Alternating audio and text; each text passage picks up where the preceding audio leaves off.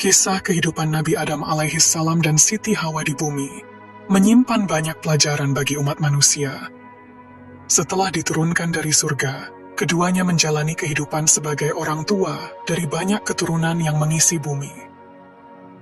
Dalam perjalanan hidup mereka, terdapat beberapa kisah menarik yang sering dikisahkan oleh para ulama.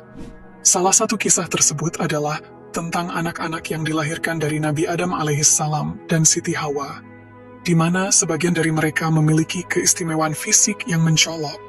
Dikisahkan bahwa ketika Nabi Adam alaihissalam dan Hawa turun ke bumi, mereka menetap di sebuah gunung yang mereka jadikan sebagai tempat tinggal bersama anak-anak mereka. Dari sana, keluarga mereka berkembang.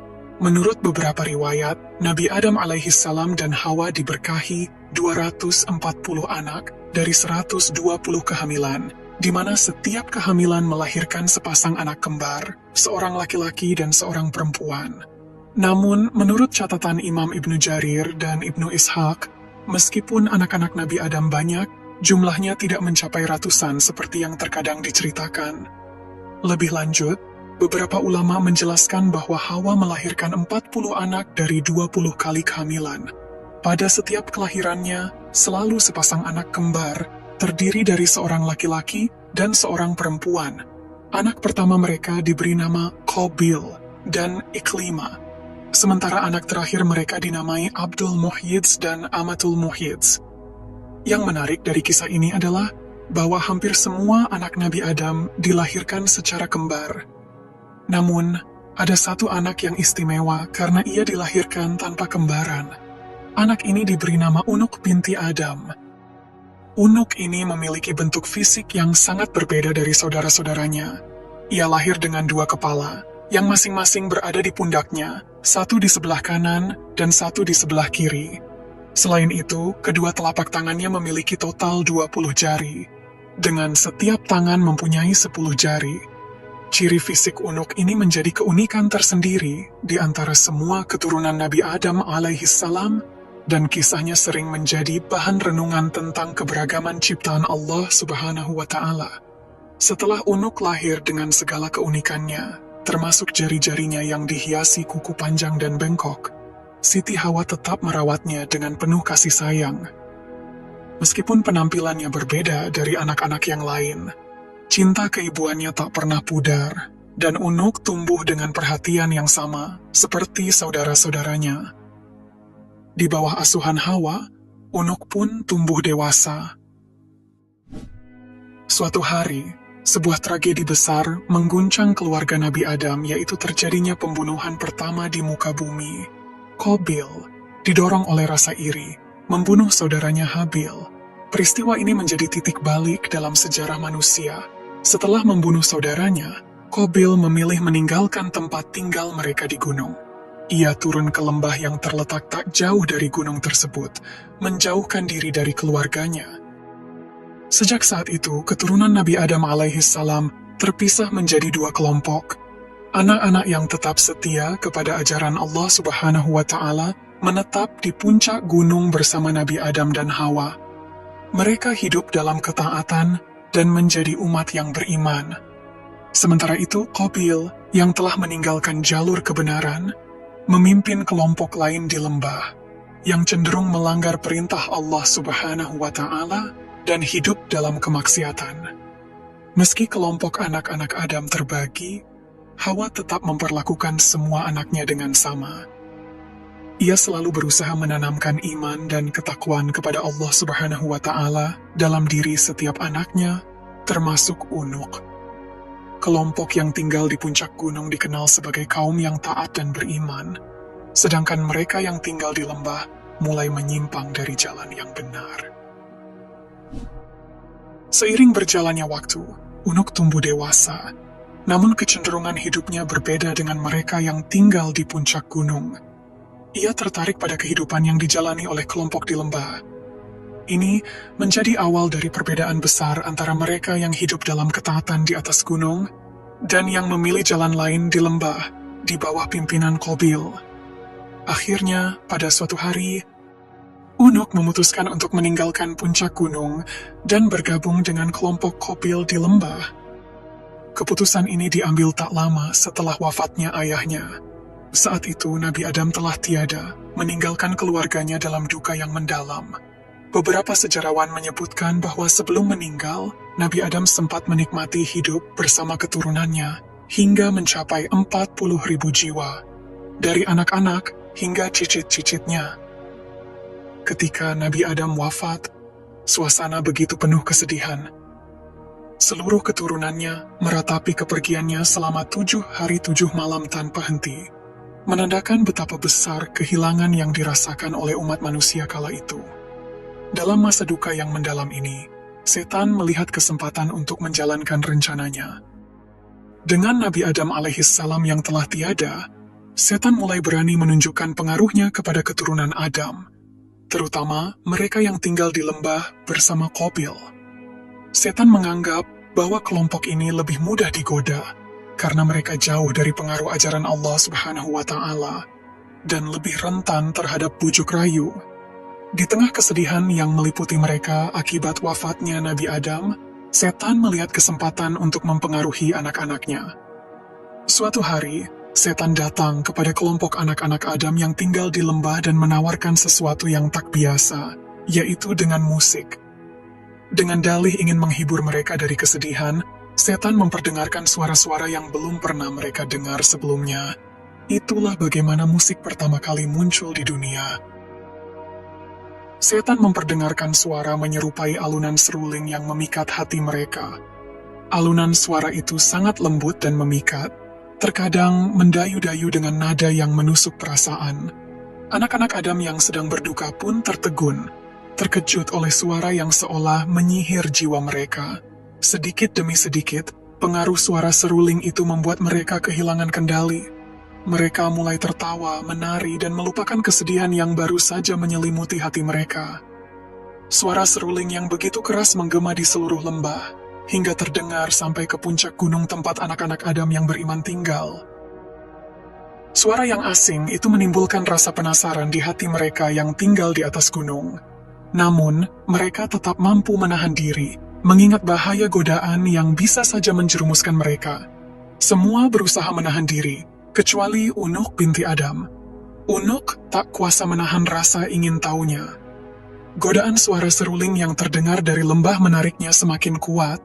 Akhirnya, Unuk pun memutuskan untuk meninggalkan puncak gunung. Ia turun menuju lembah, tertarik oleh alunan musik yang memanggil-manggil dari bawah. Setelah memutuskan untuk bergabung dengan kelompok Qabil di lembah, Unuk semakin terpesona oleh kehidupan yang berbeda dari apa yang dia kenal di puncak gunung. Suara seruling dan tarian-tarian yang meriah di lembah itu membuatnya terhanyut dalam dunia yang penuh godaan. Selama tinggal di sana, Unuk bertemu banyak laki-laki, dan pengaruh setan yang kuat di lembah membuat mereka jauh dari Allah Subhanahu wa Ta'ala. Di bawah pengaruh setan, Unuk akhirnya terjerumus dalam kehidupan yang penuh kemaksiatan.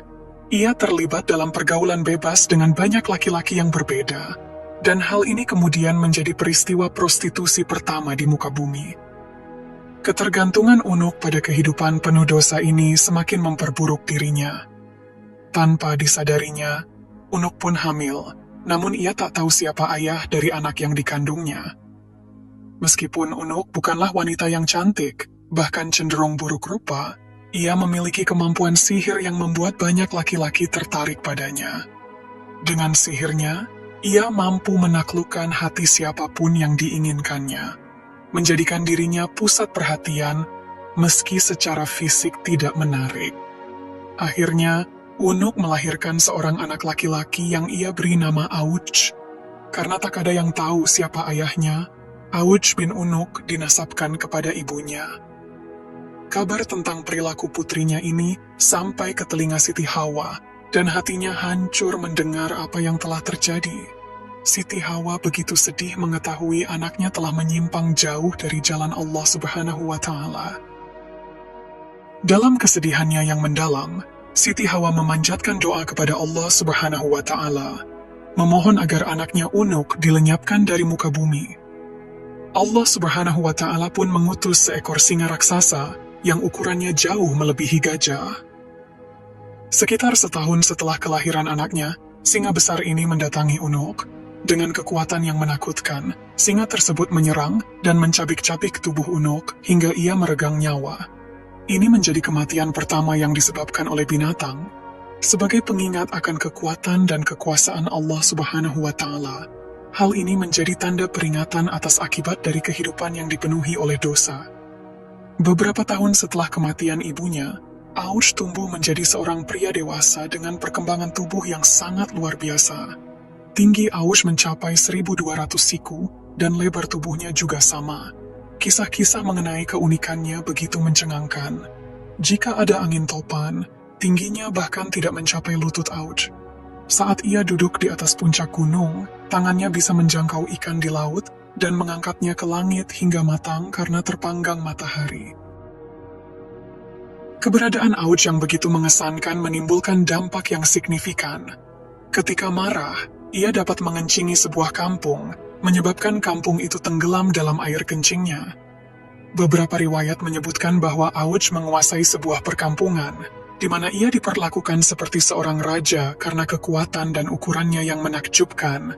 Auji memiliki usia yang sangat panjang, hidup selama 4.500 tahun, melintasi masa dari akhir kehidupan Nabi Adam alaihissalam hingga zaman Nabi Musa alaihissalam. Untuk perbandingan, Nabi Adam sendiri hidup hingga usia 930 tahun. Di masa hidupnya, Auj juga menyaksikan lahirnya Lamek, ayah Nabi Nuh alaihissalam, dan bahkan memberikan bantuan berharga pada Nabi Nuh alaihissalam. Auj membantu mengangkat kayu-kayu besar untuk membangun kapal Nabi Nuh. Ini menunjukkan bahwa meskipun Auj hidup sangat lama dan memiliki kekuatan luar biasa, ia tetap berperan penting dalam sejarah umat manusia. Dikisahkan bahwa Allah Subhanahu wa Ta'ala memerintahkan Nabi Nuh alaihissalam untuk pergi ke Kufah, sebuah wilayah di Irak, guna mengangkut kayu dari pohon saj. Namun, Nabi Nuh merasa bingung bagaimana cara mengangkut kayu-kayu tersebut. Kemudian Allah Subhanahu wa Ta'ala mewahyukan kepada Nabi Nuh bahwa satu-satunya yang mampu mengangkut kayu-kayu tersebut adalah Auj. Allah Subhanahu wa Ta'ala memberitahukan bahwa Auj yang berada di dekat tanah Hiro, sebuah perkampungan dekat Baghdad, dapat diandalkan untuk tugas ini.